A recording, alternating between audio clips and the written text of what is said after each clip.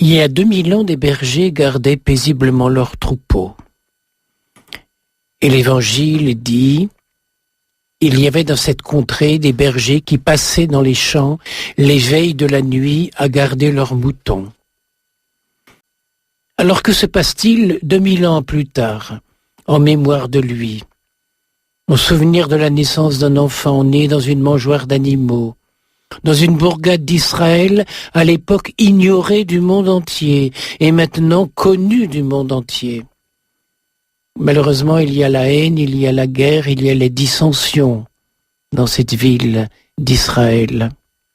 Que se passe-t-il dans le monde à l'heure actuelle ?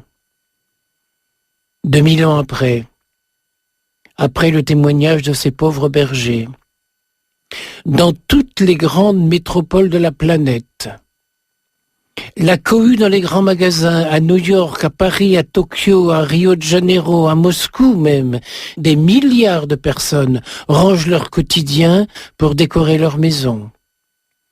Envoyer des cartes de vœux, acheter et recevoir et offrir des cadeaux et se rendre à des soirées. À la télévision, programme spécial Noël. Noël est partout. Sauf l'invité principal, le héros de la fête, qu'on oublie, qu'on ignore et qu'on rejette. C'est quand même paradoxal, hein ? En ce premier Noël, ces bergers ne savaient pas et n'auraient jamais osé imaginer que le monde entier ne serait plus jamais le même à cause du témoignage auquel ils ont assisté. Et les anges portent un message. Et voici à quel signe vous le reconnaîtrez. Vous trouverez un enfant emmailloté. Nous le reconnaîtrons désormais dans les petits, les humbles, ceux qui mangent n'importe quoi, n'importe où, n'importe comment. Et les anges disent aussi, vous trouverez un enfant. Pour trouver, il faut chercher. Il faut avoir envie, il faut être à l'écoute, il faut être en attente. Et alors on trouve. Mais quand on le cherche, lui, on ne peut pas le rater, il est partout. Mais voilà, on le cherche avec des idées préconçues. On voudrait qu'il soit comme ceci ou comme cela, vainqueur, triomphant, gagnant. Alors que dans sa vie de 33 ans sur Terre, il a été ignoré, vaincu et perdant. Mais nous y avons tout gagné. C'est l'échange. La fête de Noël n'est pas terminée, elle commence. Puissions-nous avoir l'émerveillement de ces bergers, ou le retrouver.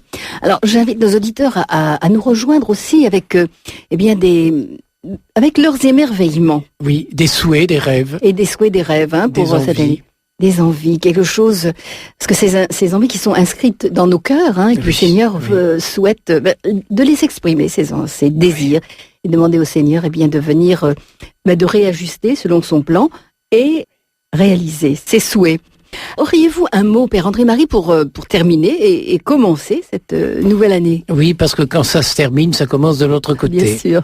Alors, je dirais salut. Salut, c'est l'expression que les jeunes emploient quand ils rentrent dans une salle, ils ont des copains. Salut les mecs. Salut. Mais ils ont oublié le sens et l'origine de ce mot. C'est le salut éternel qu'on offrait aux autres, sous forme de souhait. Salut à toi, salam. Eh oui. Commencer une année en questionnant que va-t-il arriver cette année ? Mais aussi pour terminer une année en questionnant que nous est-il arrivé en cette année qui s'achève ? Vous le savez, vous, ce qui est arrivé ? Vous savez ce qu'on vous en a dit ? Vous savez ce qu'on avait intérêt à vous dire ? Vous savez ce qu'on voulait bien vous faire savoir par les médias, par les journaux, par la télé. On finit par trouver ça normal, par ne plus s'étonner. Voilà, maintenant c'est comme ça. La non-vérité. Alors je dirais sauf qui peut. Sauve tout ce que tu peux de tes souvenirs, des événements de l'an dernier. Soit comme un appareil de photo numérique, Vous savez, quand on a pris beaucoup de photos dans la journée pour une cérémonie, pour une fête, le soir, on regarde l'écran et toutes les photos qui sont un peu floues, qui ne sont pas belles, on appuie sur la poubelle, sur le bouton poubelle et on les élimine. Elles n'existent plus. On ne pourrait plus jamais les faire revivre. Alors il faut faire comme ça avec les événements. Si on faisait comme ça avec tous les événements de l'année dernière, qui n'étaient pas bons, mais aussi avec tous les événements merveilleux. Les rencontres qu'on a pu faire. Il faut les garder, celles-là. Il faut les garder, celles-là. Et il faut s'en émerveiller. Ouais. Sauf tout ce que tu pourras de beau, de bon, de merveilleux et d'amoureux. Alors tu seras sauf. Et tu découvriras comme l'appareil de photo tous les sauvetages que les pardons peuvent apporter en oubliant, en effaçant, en restant par la bonté maître du jeu. C'est un des souhaits que je fais pour tous les auditeurs cette année qui vient, qu'on soit maître du jeu.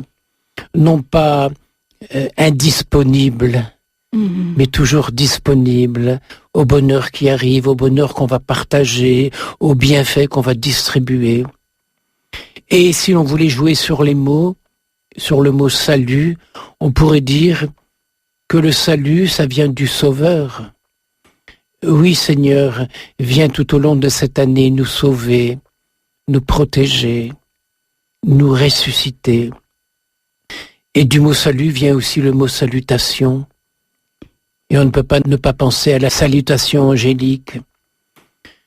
L'ange qui vient saluer Marie et lui annoncer le salut. Il est remarquable de voir que dans tous les récits de la naissance de Jésus, il y a des anges partout. Oui. Il y a des anges qui entourent Marie, il y en a qui vont raconter des histoires à Joseph, il y en a qui racontent aux bergers, il y en a qui racontent aux mages. Ils sont à l'écoute. Et si on les appelait un petit peu ces anges, parce que je crois qu'ils existent toujours, 2000 ans après, et ceux leur disaient, venez aussi nous annoncer la bonne nouvelle. Mais il faut leur demander aussi. Il faut leur demander. Oui. Autrement, ils sont au chômage. Exactement, oui. Non, il faut pas les mettre au chômage. Il faut attendre d'eux leur aide. Il faut les provoquer. D'ailleurs, nous, vous voyez, les micros qu'on a mis comme ça, c'est pour que les anges puissent se manifester, être avec nous. Il y a personne qui n'a pas un ange gardien, qui n'a pas des anges gardiens. Et quand il arrive que des anges se révèlent par des visions, par des messages, ils signent par un nom. Les anges ont un nom. Misaël, Akaïel, etc. Il y a plein d'anges qui ont un nom, qui existent. Et à chaque messe, on dit qu'on demande pardon à la Vierge Marie, aux anges et à tous les saints. Oui. Alors on le dit, mais est-ce qu'on y croit? Alors ce soir, on va y croire. Voilà, et on va leur demander leur protection, leur aide, leur soutien. Et pardon, parce que quand on ne pense pas suffisamment à eux, parce c'est que... vrai. Voilà. C'est vrai, oui. On pourrait continuer comme ça, un petit peu sur tous les tons. Et on pourrait se poser la question, et que vais-je devenir cette année? À cette question, il n'y a que les enfants, les poètes et les mystiques qui peuvent répondre. C'est Fihi Maifi, un penseur persan du XIIe siècle, qui écrivait dans le livre du dedans. Rien que le titre de ce livre. Ah, le livre du dedans. Au XIIe siècle, on croyait en la vie intérieure. Et maintenant, on fait de la publicité partout pour l'extérieur. Et donc, il écrivait, le temps passe. Tu vas vers ton accomplissement. En attendant, assieds-toi. Tu es assis dans de la poussière de vie, de ce qui a été avant toi, de la poussière d'arbres, d'animaux, de fleurs et d'humains. Et le poète Rumi, qui lui vivait à la même époque, au XIIe siècle, lui ajoutait, une poignée de poussière dit, moi dans le temps j'ai été cheveux. Une autre poignée de poussière crie, moi j'ai été os.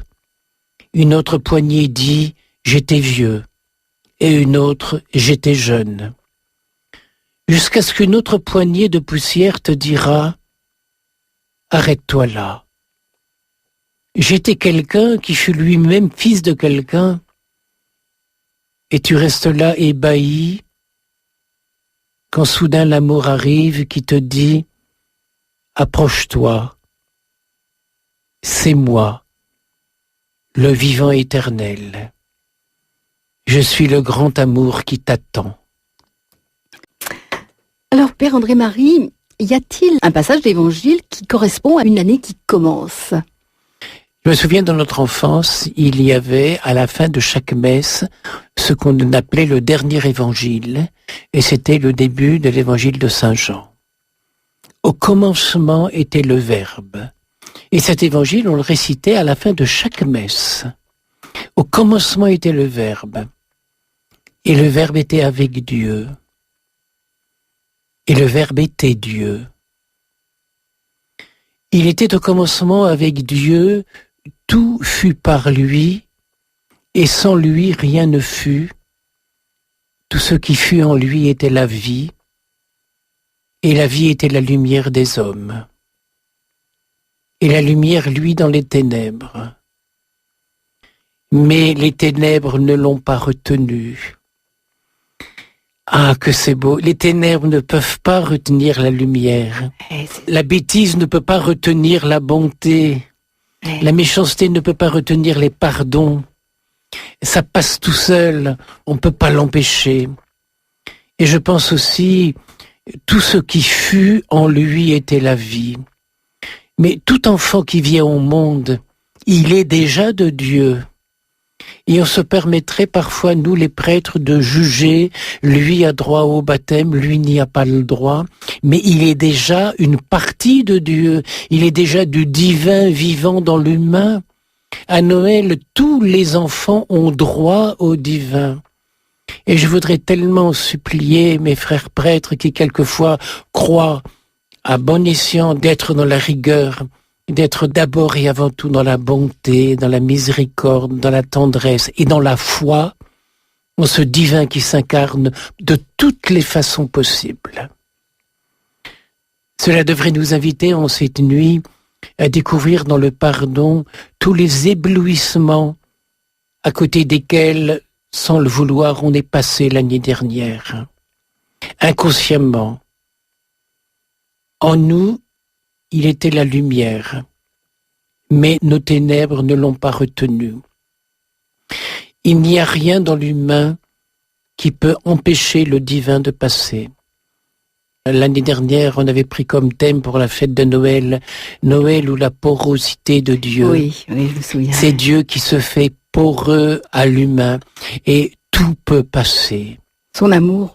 Tout l'amour peut passer. Cette porosité. Et moi qui suis potier, je dis souvent que quand on met une poterie qui a simplement été biscuitée, quand on trempe une poterie, un pichet, dans de l'eau saumâtre, eh bien l'eau qui rentre à l'intérieur, grâce à la porosité, l'eau est pure.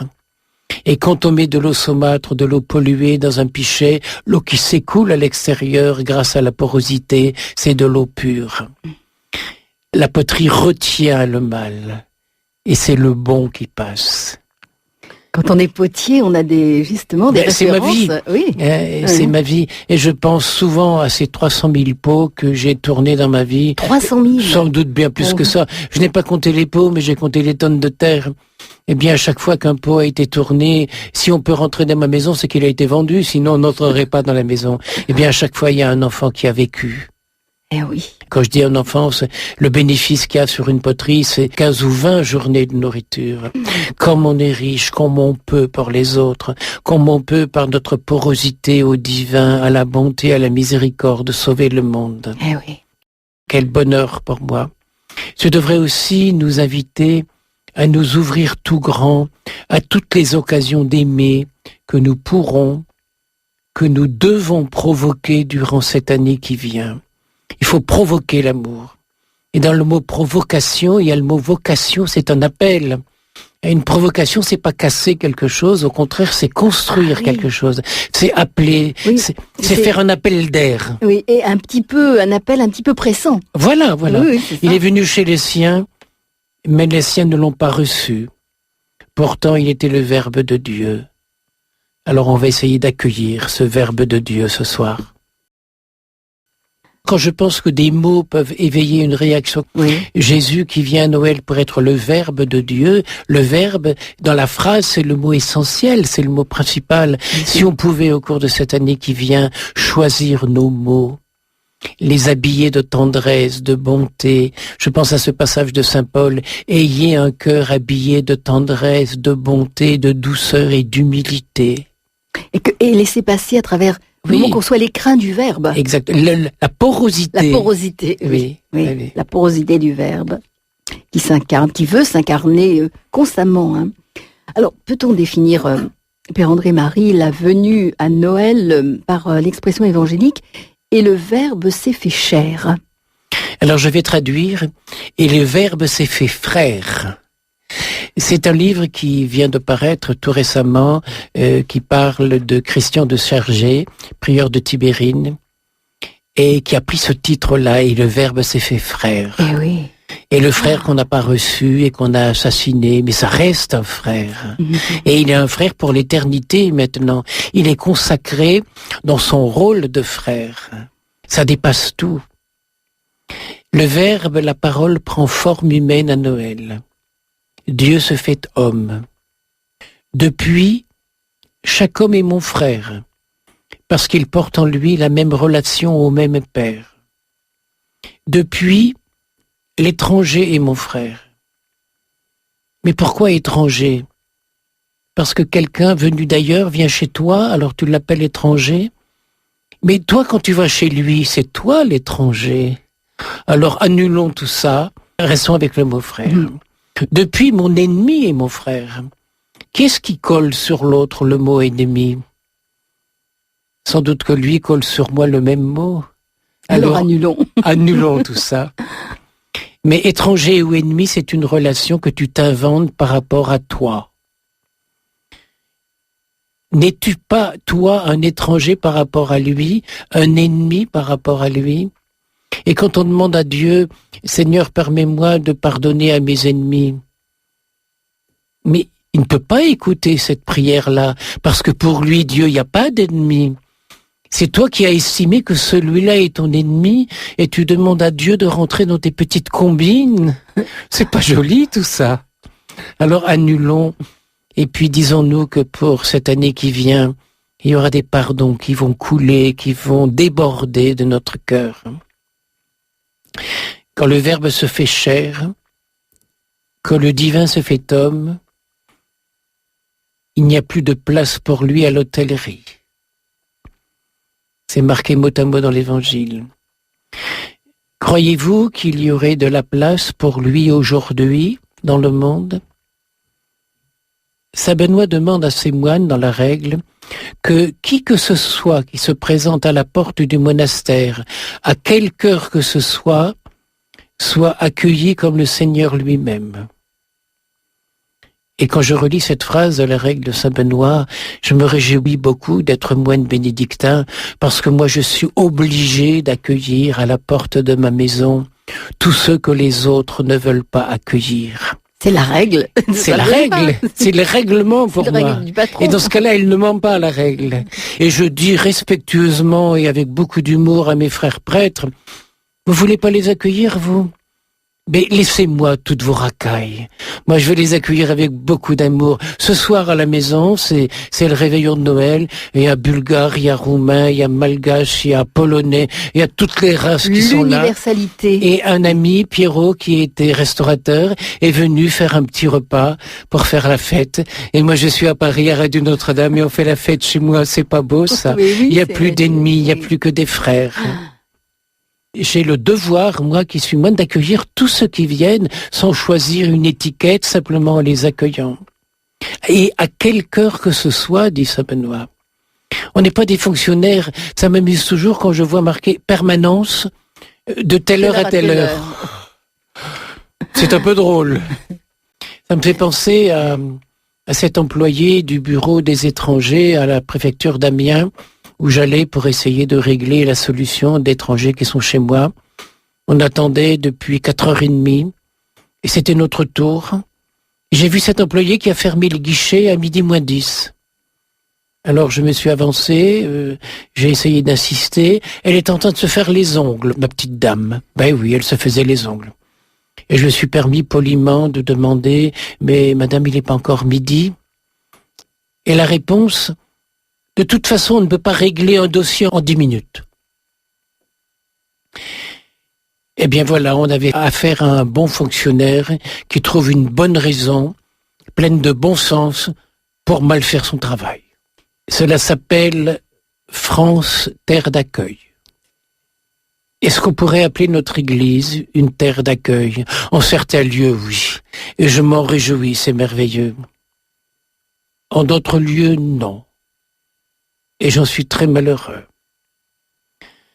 Je recevais ce matin une lettre de Bretagne d'une maman qui est catéchiste et qui me dit « Père, quand je vois qu'on est obligé de refuser des enfants au baptême, ça me fait tellement mal que je vais donner ma démission comme catéchiste. » Et je lui dis « Madame, il faut pas donner votre démission. Il faut donner votre démission du club, mais pas de l'église. » L'église, c'est pas un club. Alors quand on fait des règlements comme ça aussi précis et aussi draconiens, ça devient un club. Mais l'église de Jésus, c'est l'église qui est ouverte aux pauvres, à ceux qui ont le plus besoin, et aux malades, à ceux qui ont besoin de guérison. D'ailleurs, il est médecin aussi. Mais oui. Christ. Croyez-vous qu'il y ait de la place pour lui aujourd'hui à l'hôtellerie? En tout cas, certainement pas à l'hôtellerie des députés français de la Communauté européenne qui se sont battus pendant une semaine pour que le nom de Dieu ne soit pas inscrit dans la Constitution. Pauvres gens. C'est vraiment des pauvres. Ils ne savent pas qu'ils ont un sauveur. Il n'y aurait certainement pas de place chez eux pour un sauveur. Croyez-vous qu'il y ait eu de la place à l'hôtellerie pour le Jésus de l'abbé Pierre quand on l'a enfermé dans une maison de fous en Suisse et quand on l'a mis sous tutelle? Eh oui, l'abbé Pierre a été mis sous tutelle. Pendant quelques années. Ah, mais oui, ça a été pour lui un drame. Et mademoiselle Goutaz en est morte de chagrin. Et elle est enterrée, il y a un grand Christ en bronze à Esteville, elle est enterrée d'un côté et lui est enterré de l'autre. Il y a de la place pour eux dans les tolleries du bon Dieu. Croyez-vous qu'il y ait de la place pour lui? Est-ce que c'est pour le Jésus qui arrange ou pour le Jésus qui dérange? Le Jésus qui arrange, c'est le Jésus des fonctionnaires d'église. Celui qui fait luire son soleil sur les bons, les beaux, ceux qui réussissent, ceux qui n'ont rien à se reprocher. Ce Jésus-là est une espèce d'assurance tout risque. Il rassure. Il y a toujours de la place pour lui le dimanche à la messe, au moment des prières universelles. Le Jésus qui arrange, c'est celui des crucifix porte-bonheur. C'est celui que les Juifs attendaient, le Sauveur d'Israël. Pour celui-là, tout était certainement prêt au temple de Jérusalem pour l'accueillir, en première classe, 3 étoiles. Mais voilà, ce n'est pas celui-là qui est venu. Il n'y avait qu'une seule petite étoile à la crèche. Encore fallait-il la chercher. Il fallait y croire. Seuls les bergers l'ont vu et les mages. Hérode et le grand prêtre ne l'ont pas vu. Ce sont les petits, les humbles, qui croient et qui voient les petites étoiles. Ce sont les enfants qui croient au conte de Noël et qui voient que l'amour est partout à l'œuvre, même quand le bon Dieu, ou justement parce que le bon Dieu fait luire son soleil aussi sur les méchants.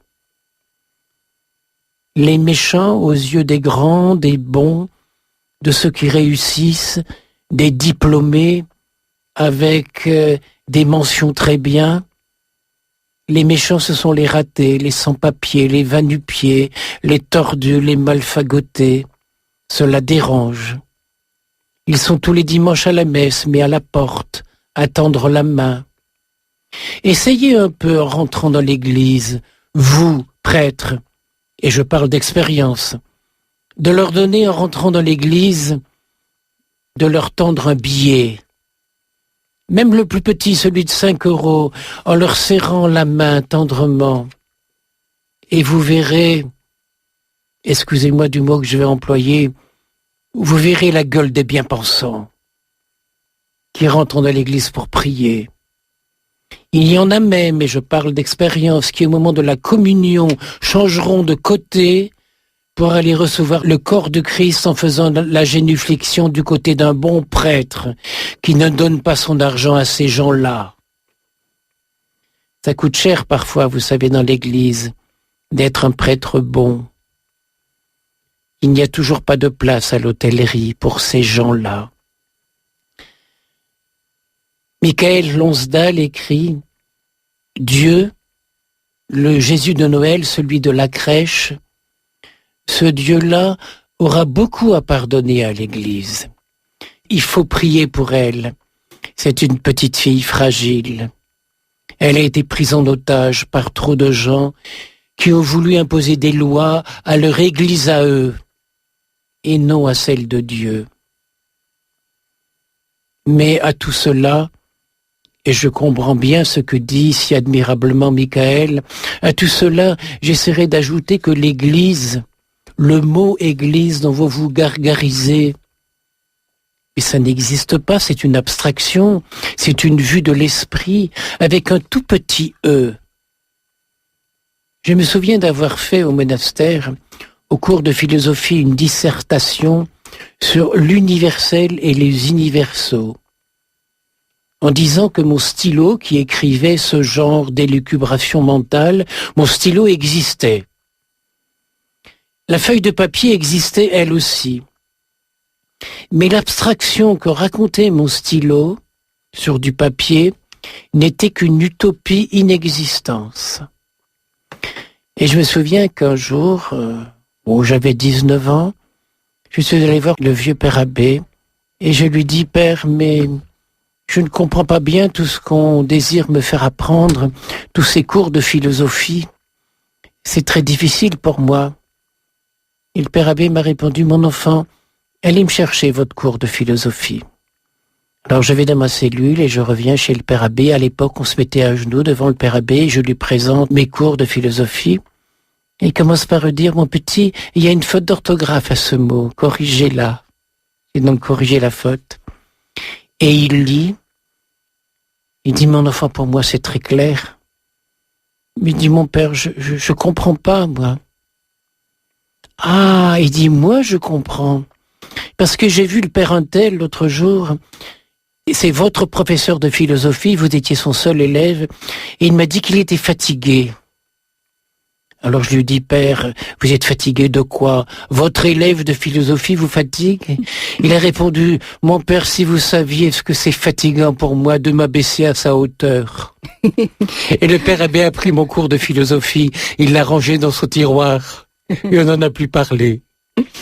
Merci Père André-Marie. On écoute tout de suite La tendresse, et c'est chanté par Steve, qui est un de mes amis aussi, et qui était au Touquet. Nous étions ensemble il y a le Kazoo. Alors voilà, La tendresse par Steve.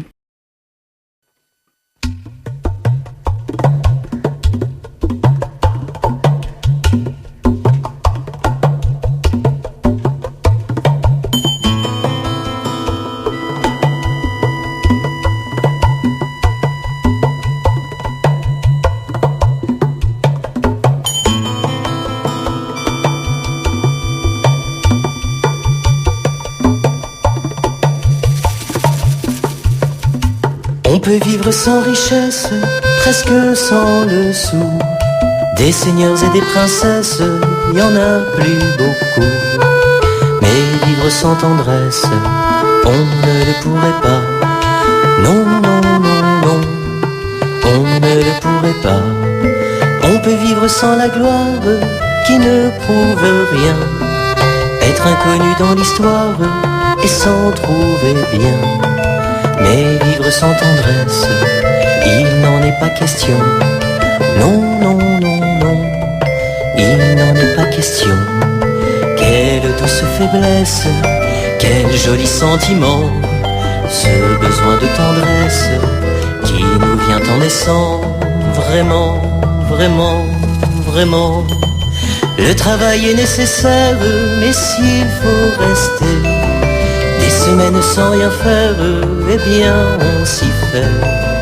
Mais vivre sans tendresse, le temps vous paraît long. Long, long, long, long, le temps vous paraît long. Quand la vie vie impitoyable vous tombe dessus. On n'est plus qu'un pauvre diable, broyé et déçu.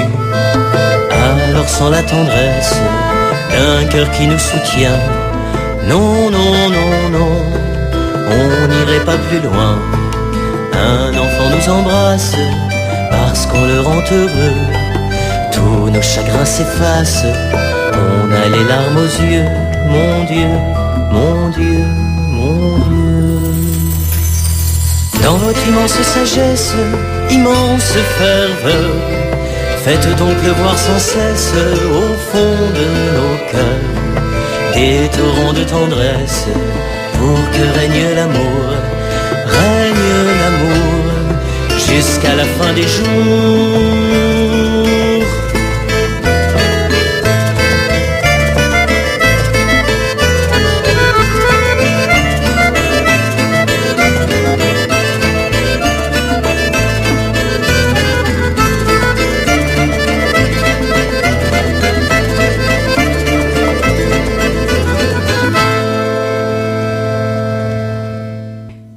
Que pensez-vous, Père André Marie, de l'expression « si j'avais su » ?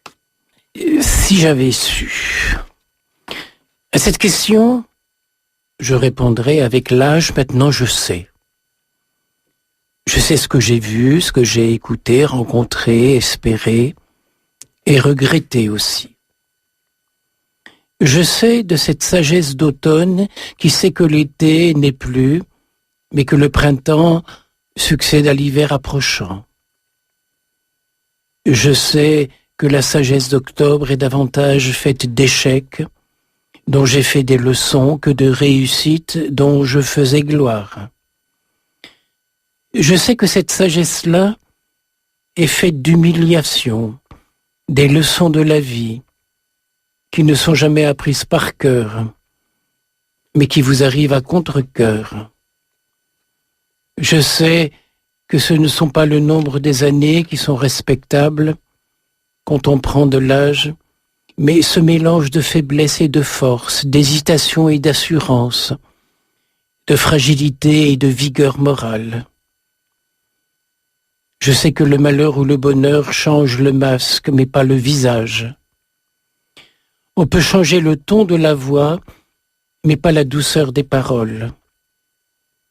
Lorsque les lèvres cherchent plus à sourire qu'à parler, un vieillard qui ne sait pas écouter, ne l'écoutez pas. Il n'y a plus d'espérance en lui. Alors, plus d'espérance, mais quelle espérance, quel souhait pour notre Église, Père André Marie ? Faire des souhaits pour son Église. Il y en aurait beaucoup à faire. Et je prends les paroles du fondateur de l'Église en détresse. La grande détresse de notre Église, ce n'est pas de s'appauvrir en nombre, c'est de s'enrichir en institutions, en règlements, en exigences, en paroles d'interdiction. Alors qu'à l'Eucharistie, on marmonne sans en prendre vraiment conscience. Dis seulement une parole et je serai guéri. Et on voudrait refuser à certains malades la guérison. À chaque fois que je prononce ces paroles-là à la messe, je m'arrête et je dis « Vous êtes vraiment venu ici pour guérir ?» Et on voit le visage des gens qui changent. Merci. Et ce sont souvent ceux qui ont le plus besoin de guérison, qui sont le plus aptes à la recevoir. Grand merci. Père André Marie, on parlait de quelle espérance, quel souhait pour notre Église en ce début d'année. Alors je pense que vous avez... L'un des souhaits pour notre Église, c'est qu'elle accueille tous les malades du cœur, tous les tordus, il y en a tellement à l'heure actuelle, mais c'est une mère. Et une mère, quand son enfant est handicapé, elle l'aime encore plus, elle passe encore beaucoup plus de temps avec lui, elle ne va jamais le rejeter, même si une mère abandonnait son enfant, dit Dieu dans la Bible, eh bien moi je ne vous abandonnerai pas. Est-ce qu'une poule abandonne ses poussins ? Questionne le prophète. Et je crois que dans notre Église, il ne faudrait jamais non seulement abandonner personne, mais que les gens se sentent convaincus que leur mère est attentive à eux. On n'est pas un bon prêtre uniquement parce qu'on porte un petit carré blanc à son col. On l'est avec ou sans carré blanc quand on est un prêtre bon. Mais ça, on vous le fera payer. Quand on se mouille avec les petits, quand on risque avec eux, quand on ose se salir les mains à leur contact. Quelqu'un reprochait un jour à l'abbé Pierre son langage très peu châtié. « Mais vous n'êtes pas, mon père, un de ces vagabonds ?» Et il a répondu « Mais je vis au quotidien avec eux. Ils sont mon prochain. Ils m'aiment. Alors, pardonnez-moi si je prends un peu l'accent des pauvres. Je préfère cela à l'hypocrisie d'un langage trop châtié. » Ce n'est pas en obligeant les chrétiens, comme ça se fait à l'heure actuelle, à retourner dans les confessionnaux, comme certains l'exigent, qu'on leur redonnera le goût, l'envie de recevoir le pardon. C'est un des souhaits que je fais pour mon Église. Tous les jours ou presque, des gens viennent chez moi et me demandent le pardon de Jésus. Et ça se passe dans le jardin, dans l'atelier, dans mon bureau, peu importe, puisque le Seigneur est présent, la liturgie le prétend toujours, partout et en tout lieu. Et au moment de leur imposer une pénitence, vous vous rendez compte le mot qu'on emploie, imposer une pénitence?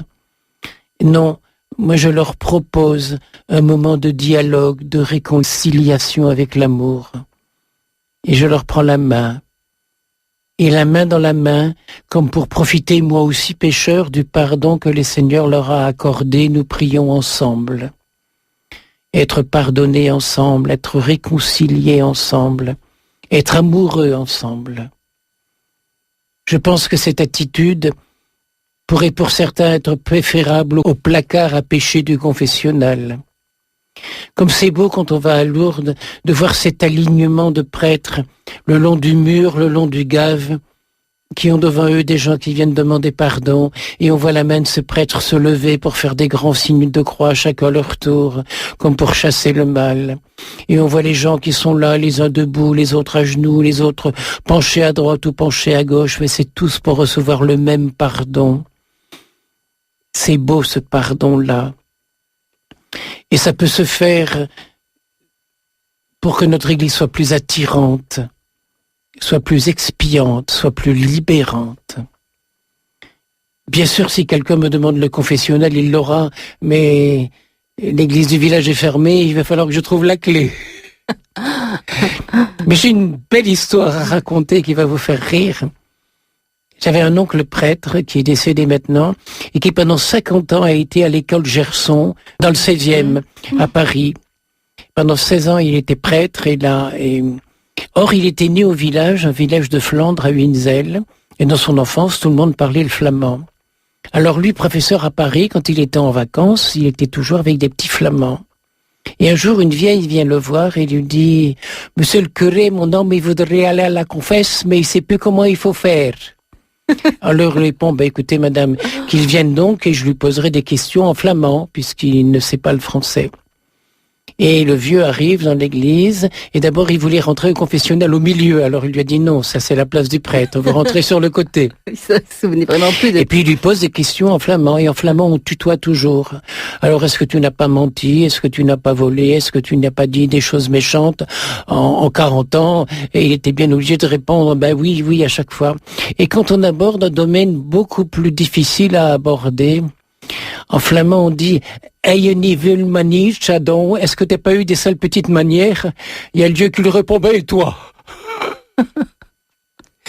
Eh bien, c'est comme ça que le prêtre devrait se trouver pour donner le pardon. Il est un pécheur comme les autres, et il prend la main du pécheur, et la main dans la main, on demande pardon à Dieu, et on reçoit le pardon de Dieu. Parce que si le pardon est divin, il n'est pas personnel. Mais oui, il se partage aussi. Le divin n'est jamais personnel. Ouais. Une maman qui demande pardon reçoit le pardon pour son mari, pour ses enfants, qui peuvent le demander aussi pour la maman. Mais les sacrements sont toujours communautaires. C'est la porosité de l'amour que tu mais oui, bien sûr. Ça, ouais. Et ça devrait toujours être comme ça. Et il faudrait réinventer cette façon de faire dans notre Église. Comme j'aimerais faire comme souhait pour mon Église, qu'elle soit encore plus communautaire et que ça se voit et que ça se sente et que ça se dise. Joyeuse, qui partage, qui communique cet amour. Et je pense à ces vieux Amérindiens qui tous les jours, dès le matin en se levant, se tournent vers l'Occident, vers l'Europe, pour prier et accorder le pardon de tout le mal que la colonisation leur a fait. Ah oui, le matin au réveil, parce que ce mal, ils le voient, c'est l'alcool, c'est les maladies, c'est tout ce qu'on leur apporte de notre civilisation qui les a détruits. Eh bien, les vieux, en ayant pris conscience, prient, tournez vers nous pour nous accorder ce pardon. Un pardon universel. Et on pourrait le faire pour la Palestine et pour Israël, on pourrait le faire pour la Côte d'Ivoire, on pourrait le faire pour tous les pays où il y a des choses qui nous répugnent, bien sûr, qui nous révoltent. Mais dans le pardon, il n'y a plus jamais de révolte, il y a de la compassion. La miséricorde du Seigneur qui s'étend. Alors, Père André-Marie, je suis sûre que le petit moine qui ne dort pas la nuit rêve de vieillir dans l'espérance. Oui, il rêve de l'espérance. Comme le petit moine qui ne dormait pas la nuit sentait l'âge venir depuis quelque temps, il était allé derrière le cloître voir le vieux rosier grimpant, qui de ses bras piquants entourait la statue de la Vierge.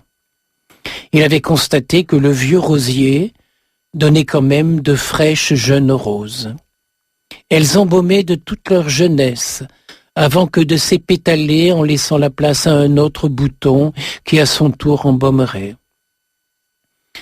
Il était allé ensuite au verger du monastère pour constater que le vieux pommier donnait de jeunes pommes rondelettes qui se doraient de plaisir au soleil. La nuit, durant son insomnie, il se resservait ces images rassurantes. Il avait bien vu les vieilles branches piquantes et couvertes de lichen du vieux rosier.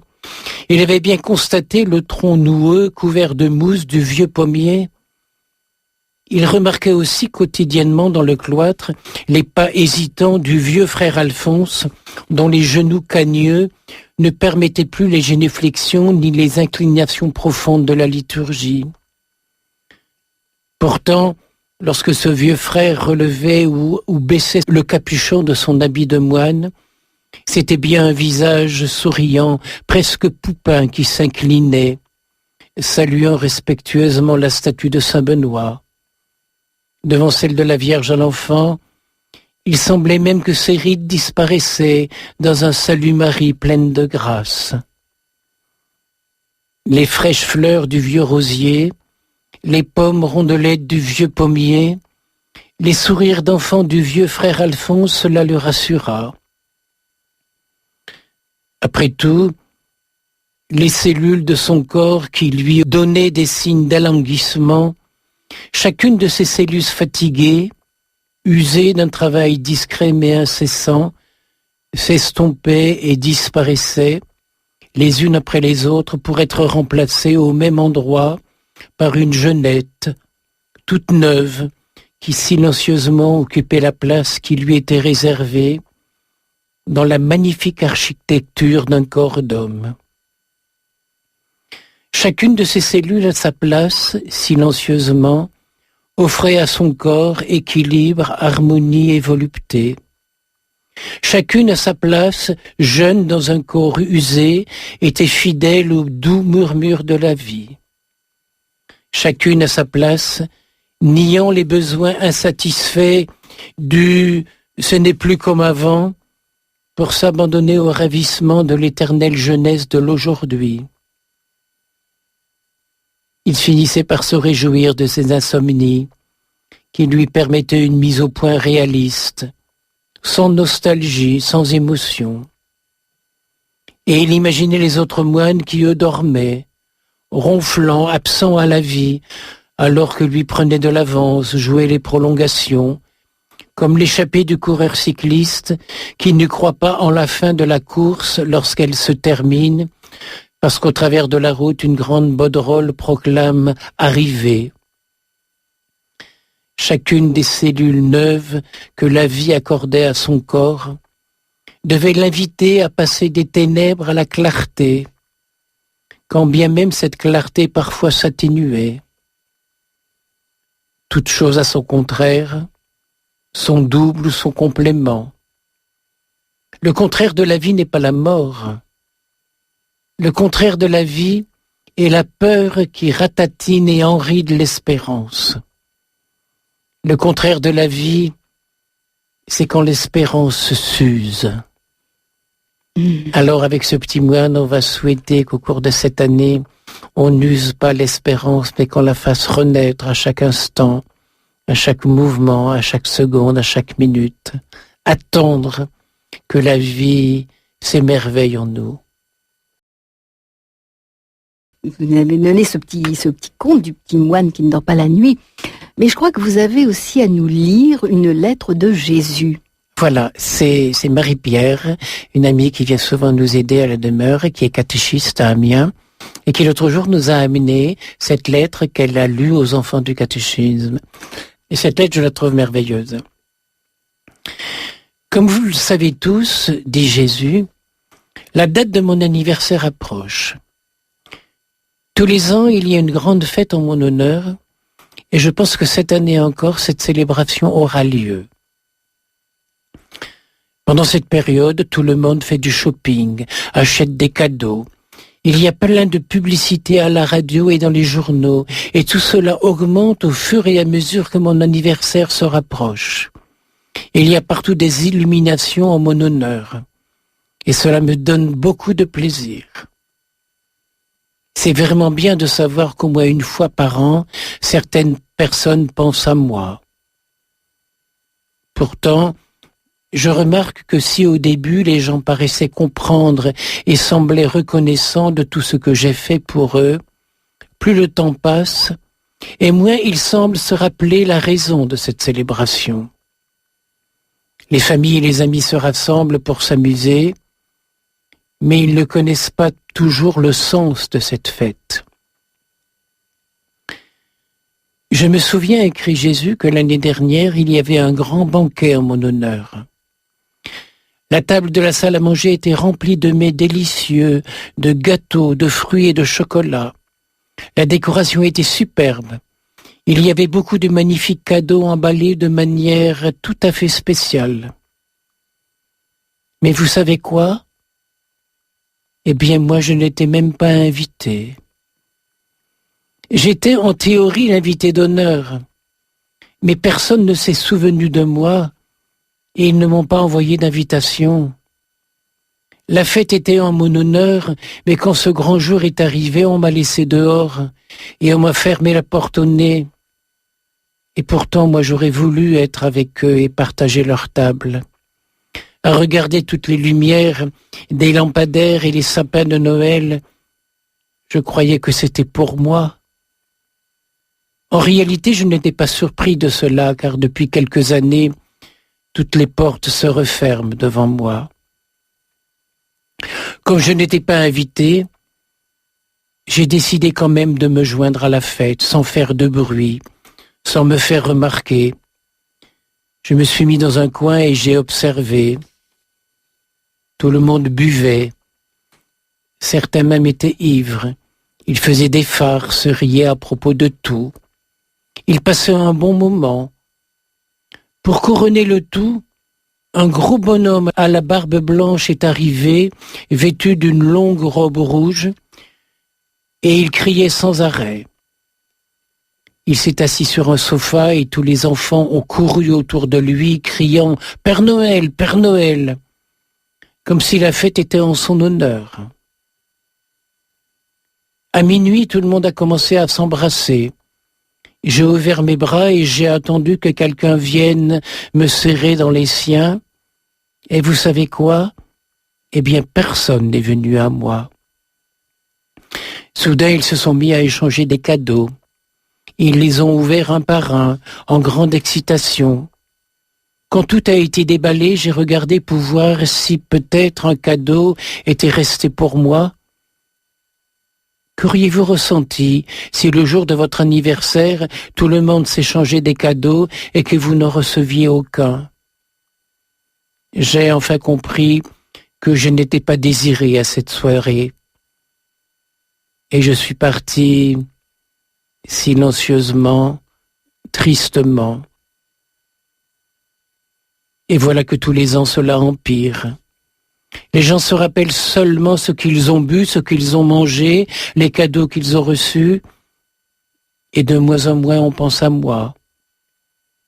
J'aurais voulu pour la fête de Noël cette année que vous me laissiez rentrer dans votre vie. J'aurais souhaité que vous vous rappeliez qu'il y a plus de 2000 ans de cela, je suis venu au monde dans le but de donner ma vie pour vous, en définitive pour vous sauver. Aujourd'hui, je souhaite seulement que vous croyiez à cela de tout votre cœur. Comme nombreux sont ceux qui ne m'ont pas invité à leur fête l'an passé, je vais cette fois organiser ma propre fête. Et je l'espère, vous serez nombreux à me rejoindre. Cette fête, ce sera un grand repas. Je le ferai le jeudi saint. Et je dirai, prenez et mangez-en tous. J'ai bien dit tous. Et je refuse que ce jour-là, qui que ce soit exclu. C'est la lettre que Jésus écrit aux hommes. J'espère que les enfants comprennent. Oui, bien sûr. Merci, Père André-Marie. Paula nous envoie tous ses vœux et nous dit qu'elle apprécie la douceur et la bonté du Père et de Chantal ainsi que leur tendresse. Voilà, écoutez, merci Paula, et on rend grâce au Seigneur, tout ce qu'il nous donne, pour la porosité justement. Et l'occasion de pouvoir la faire déborder, cette tendresse, pour que les autres la reçoivent. Oui. Alors on va écouter un chant d'un de vos amis aussi, parce que vous en avez beaucoup, Père André-Marie, Gaëtan de Courrèges. Et des paroles de Jean de Bruyne. Un autre ami aussi, qui est avec nous ce soir, tout comme l'abbé Pierre, qui était votre ami aussi, bien sûr. Que maintenant. Oui. Et Jean de Bruyne dit, déjà c'est l'avenir qui gagne, à condition de l'inventer. Qu'est-ce qu'on va s'inventer pour cette année qui commence, d'amour, de bonté, de présence à l'instant, pour le faire advenir. C'est l'avenir qui gagne à condition de l'inventer. Et inventus en latin, ça veut dire chercher.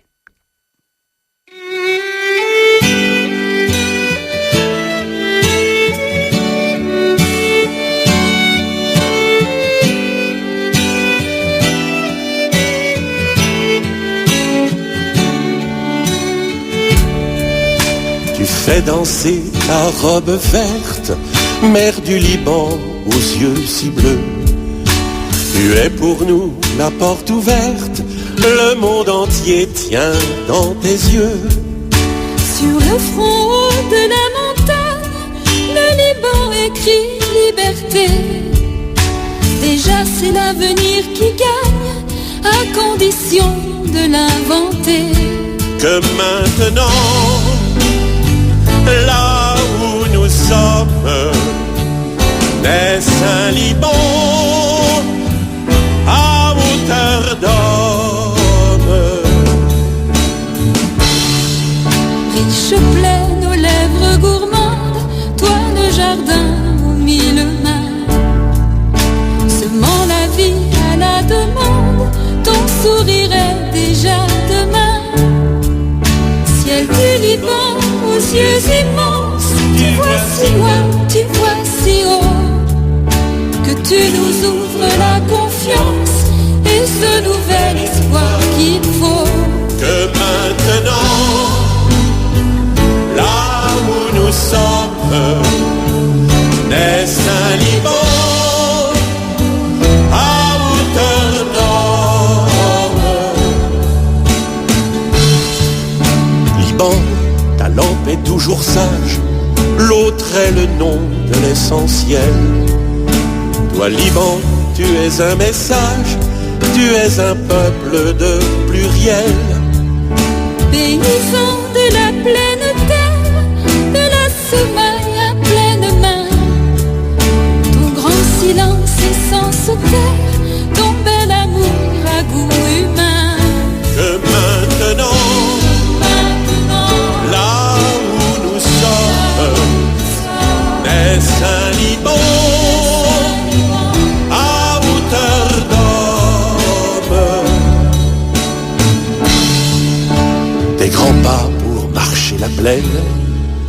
en grand geste ouvert du semeur.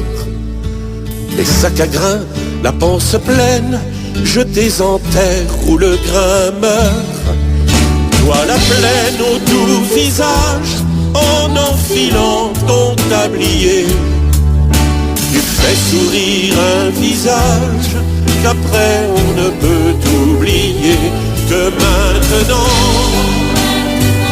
là où nous sommes, naisse un Liban à hauteur d'homme. Que maintenant, là où nous sommes, naisse un Liban à hauteur d'homme.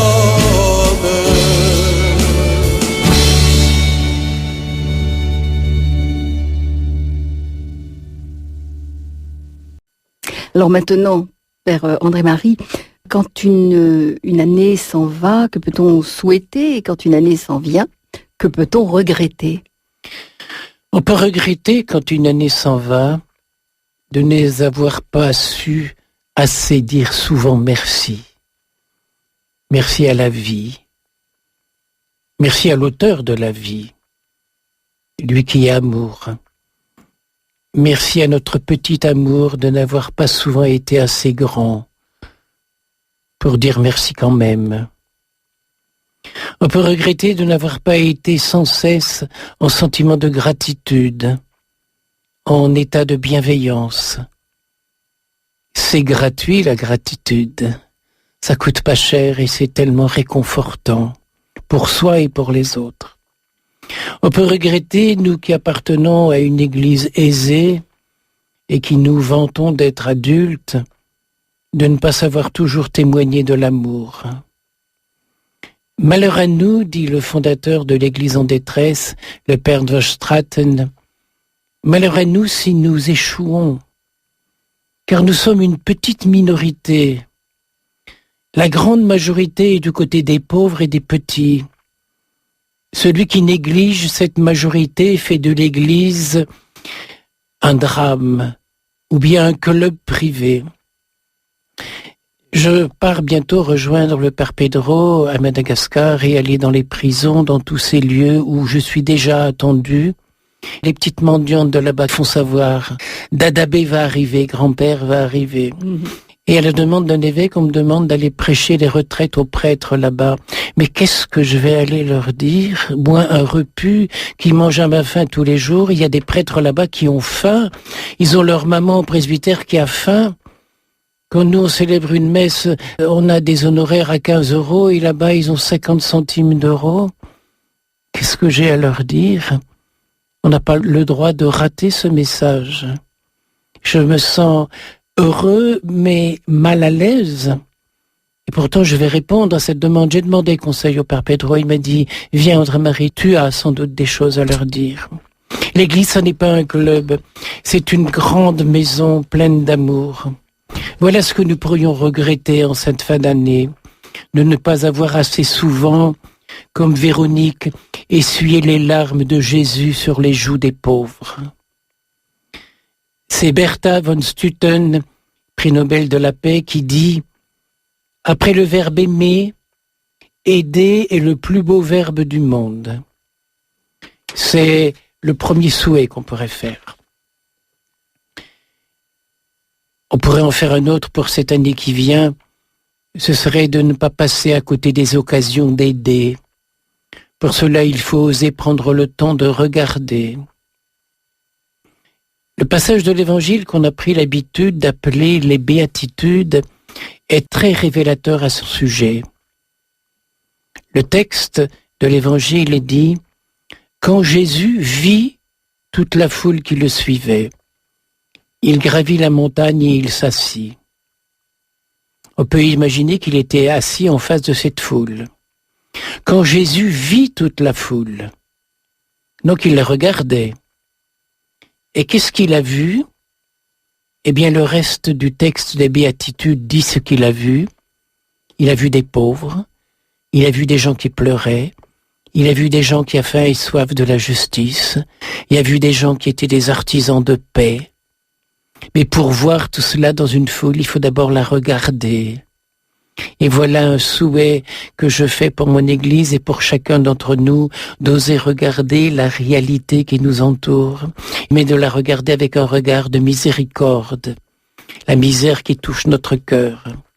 Jésus a vu les pauvres, les doux, il a vu ceux qui pleuraient, il a vu les insultés, parce qu'il a été lui-même insulté. Il regarde cette foule avec ses propres yeux, des yeux de pauvres, des yeux de doux, des yeux d'artisans de paix. Il a dit lui-même, voici que je suis doux et humble de cœur. Et on ne voit chez les autres que ce qu'il y a en nous. On devine chez les autres ce qu'il y a en nous. Il les regarde avec les yeux pleins de larmes de la miséricorde. Il les regarde avec ses yeux de persécuté et d'insulter tout le mal qu'on a pu dire de lui au point qu'on ait voulu le supprimer. Cette foule est le miroir de ce qu'il est lui-même. L'un des plus beaux et des plus vrais souhaits qu'on puisse faire en ce début d'année serait d'oser regarder le monde qui nous entoure tel qu'il est, avec le regard de compassion de Jésus. Non pas à travers le regard que parfois les médias ou la télévision nous proposent, mais je dirais avec le regard de Jacques Brel lorsqu'il disait « Nous forcerons nos yeux à ne jamais rien voir que la chose jolie qui vit en chaque chose. » C'est le regard d'un enfant émerveillé. Toutes les mamans se souviennent du premier sourire de leur enfant, qu'elles ont parfois guetté, attendu pendant des jours. Alors au cours de cette année, on devrait se dire aussi qu'il ne faut pas avoir peur des mots. Une année qui passe, c'est vieillir un peu. Et si vieillir était avoir plus de savoir-vivre, en se servant de l'expérience du passé. Une année qui passe, c'est nous souvenir que nous ne sommes que des passants, sans demeure éternelle ici. Nous sommes de passage, un pas sage. Nous souvenir que rien donc ne doit être pris au tragique, que l'essentiel est de survivre, c'est-à-dire de faire exister en première ligne ce qui est immortel, ce qui est important. Dieu ne nous demandera pas cette année quoi que ce soit d'extraordinaire. Seulement d'avoir confiance à cette petite partie de nous-mêmes qui est lui. Seulement de décoller un peu du banal quotidien terre à terre pour le faire vivre de façon extraordinaire. Aucun événement de notre vie ne sera vain cette année. Pas de jour, pas d'épreuve, pas d'effort qui ne soit inutile, à condition qu'on court le risque de l'espérance. Il faut oser. Un conte indien tente de nous faire comprendre que l'homme est toujours tiraillé entre le mythe de la pirogue, qui est le souci d'aller toujours plus loin, et le mythe de l'arbre, qui est de s'enraciner ici. Tu seras cette année tiraillé entre ces deux besoins, jusqu'au jour où peut-être la vie t'apprendra que c'est avec l'arbre qu'on fabrique les pirogues. Et tout se rejoint. Et pourquoi en ce début d'année ne pas nous offrir le rêve de Fra Angelico? Il écrivait « Amis, il n'y a rien de ce que je pourrais vous offrir cette année que vous ne possédiez déjà. Mais il y a beaucoup de choses que je ne puis donner, mais que vous pouvez vous offrir vous-même. Le ciel ne peut descendre jusqu'à vous, à moins que votre cœur n'y trive aujourd'hui même son repos. Prenez donc le ciel comme cadeau. Il n'existe pas de paix dans l'avenir qui ne soit déjà cachée dans le court instant présent. Prenez donc la paix. » Et Fra Angelico continuait, « L'obscurité du monde n'est qu'une ombre. Derrière elle, et cependant à votre portée, se trouve la lumière, la joie. Prenez donc aussi la lumière. Pour voir tout cela, il suffit de regarder. Je vous prie donc cette année de regarder et d'oser voir ce que vous regardez. Alors nous saurons ce que nous sommes et nous célébrerons l'existence d'exister. Je crois que c'est tout cela qu'il mettait dans ses peintures, cette lumière. Les artistes sont tout ce qu'ils font, ils sont poètes en même temps. Ils savaient bien dire. Oser espérer. On n'a pas le droit d'assassiner l'espérance. Ce serait un suicide. Par rapport à l'espérance, il faut être comme ces enfants qui, au lieu de dire merci, disent encore. Alors pour l'année 2011, encore et encore. De l'espérance. Exister est un fait. Vivre est un art. Je vous souhaite cette année d'être tous des artistes. Merci, Père André-Marie. Alors, il y a Anne qui nous dit merci pour les grâces reçues grâce à l'émission. Elle a du mal à pardonner, nous dit Anne, pour une blessure profonde. Et voilà, elle demande que l'on prie pour elle. Je pense aussi que quand on se fait tellement petit, le mal ne nous atteint plus. Il passe par-dessus. Quand on est petit, quand on est humble, on est naïf et on voit pas le mal. Et le monde a besoin qu'on pardonne les leaders autour de nous pour rendre le monde plus beau. On avait fait il y a quelque temps une émission « Pardonner pour embellir le monde ». Et je crois qu'il faut essayer de le faire. Et quand on n'arrive pas à pardonner, il faut lui demander à lui. L'enfant de Nazareth, il est tellement petit, lui, que le mal lui passe dessus. On doit lui demander de nous aider à pardonner, de pardonner pour nous. Voilà, c'est le moment où on demande tout cela, les uns pour les autres, et pour Anne, qui nous le demande particulièrement. Dans le livre « Le petit moine qui ne dort pas la nuit », il y a un dessin d'Étienne qui voit le petit moine qui tire la chasse d'eau du ciel, et puis toute l'eau s'écoule sur la terre pour laver le monde. C'est beau. Le pardon qui tombe du ciel, il y a un nuage qui se crève, et tous les pardons tombent du ciel. Grand merci, Père André-Marie. On va écouter une autre chanson. Cette fois-ci, c'est Jean-Claude Gianada. Jean-Claude Gianada, un de vos amis aussi. Ah oui, un ami très cher, oui. Et il nous chante « Il restera de nous ». Alors, justement... Qu'est-ce qui restera de l'année qui vient de se terminer? Il restera ce qu'on a aimé, ce qu'on en a pardonné, ce que l'on a sculpté, ce que l'on a espéré. Tout ça, ça va rester, c'est du solide, c'est du vrai. On écoute tout de suite Jean-Claude Gianada, « Il restera de nous ».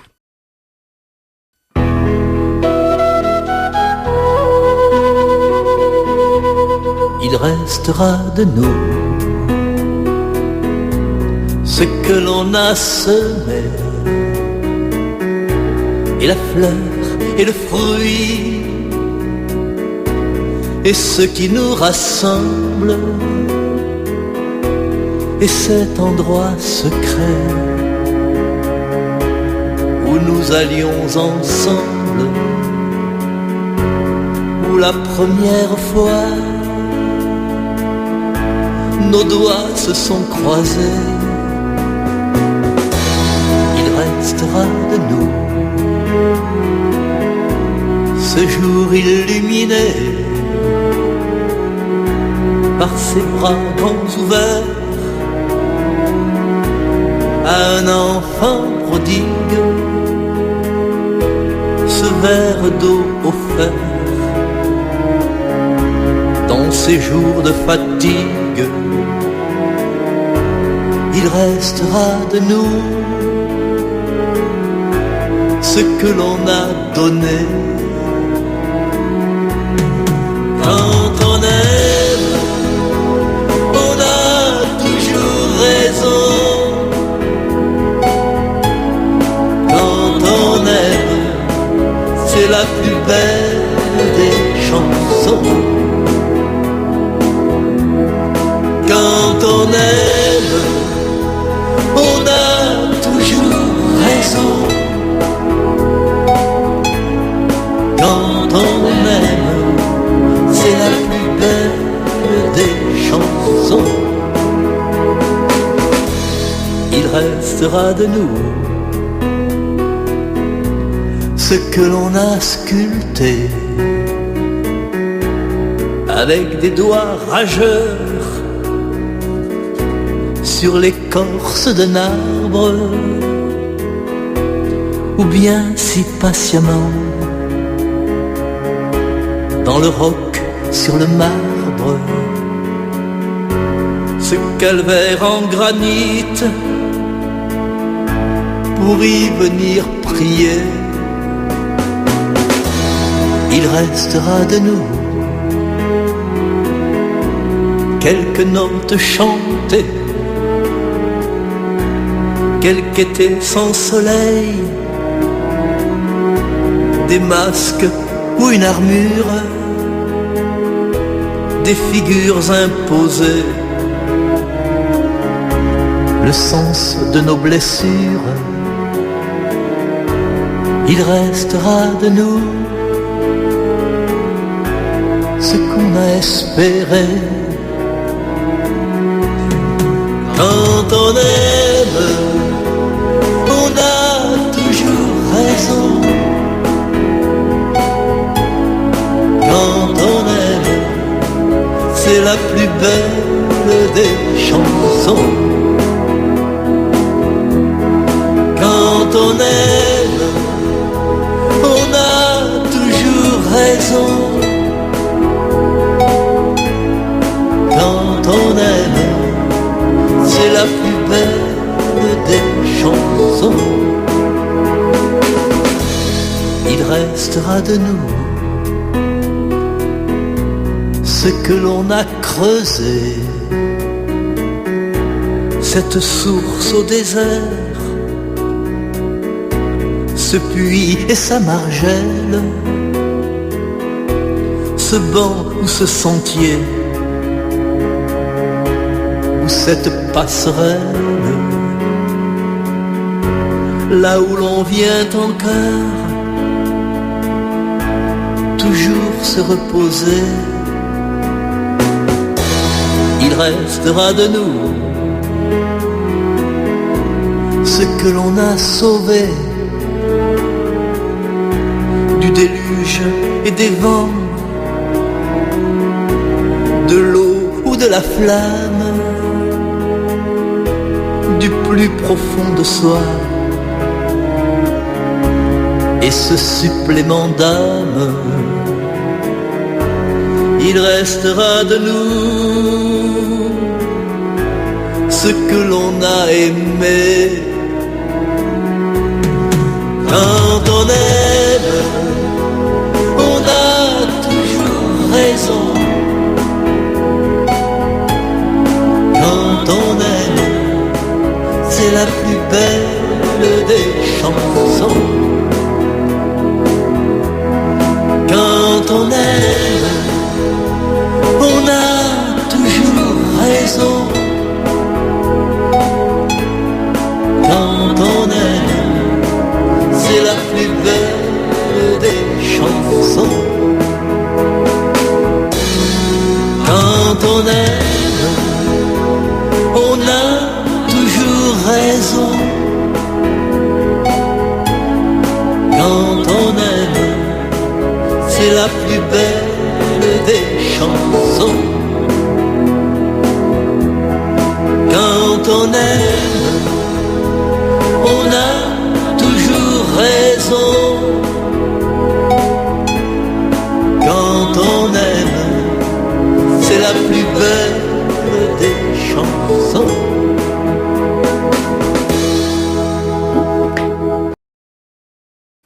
Quand on aime, on a toujours raison. Il restera de nous ce qu'on a aimé, ce qu'on a espéré, ce qu'on a creusé. Et Dieu sait, c'est pour creuser, il faut s'abaisser, il faut creuser le sol. Je pense à tous ces puits qu'on a creusés, qu'on a fait creuser à Madagascar, et il y en a de plus en plus, d'où sourd de l'eau, et de l'eau potable pour tous ces gens. Rien de ce qui a été donné par amour n'est perdu. Et dans le Deutéronome, l'un des livres de la Bible, il est dit « Choisis la vie ». Choisis et non pas accepte, et non pas supporte, et encore moins subit. Il faudrait essayer d'être heureux, dit Prévert, ne serait-ce que pour donner l'exemple. Et le renard dit au petit prince, tâche d'être heureux. La tâche, c'est un travail. Il faut travailler à être heureux, il faut fabriquer du bonheur. À des grands-parents qui regrettent que leurs petits-enfants ne soient pas baptisés, le père Hugues répond « Êtes-vous sûr d'être les mieux placés pour évaluer les fruits de ce que vous avez transmis ? Le baptême n'est pas une assurance bonheur. Hitler avait été baptisé et Staline avait été séminariste. Ne pas parvenir à découvrir le moyen de transmettre à ceux qu'on aime les valeurs qui nous tiennent à cœur est parfois une réelle souffrance. Parce qu'un trésor partagé, c'est un trésor multiplié.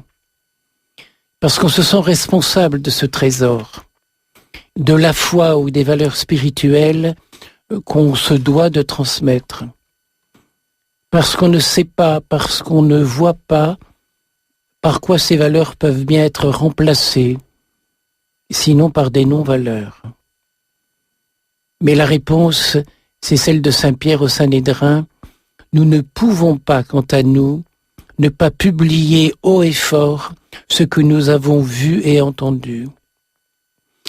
Que restera-t-il de nous ?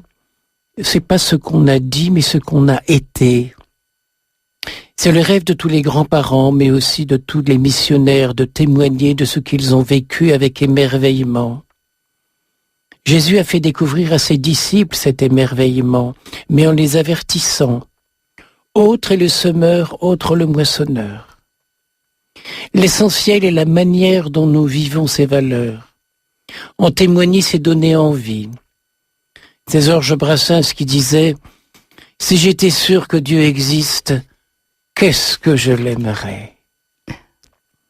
Et c'est la première lettre de Saint Pierre qui dit « Vous devez toujours être prêt à vous expliquer devant ceux qui vous demandent de rendre compte de l'espérance qui est en vous. »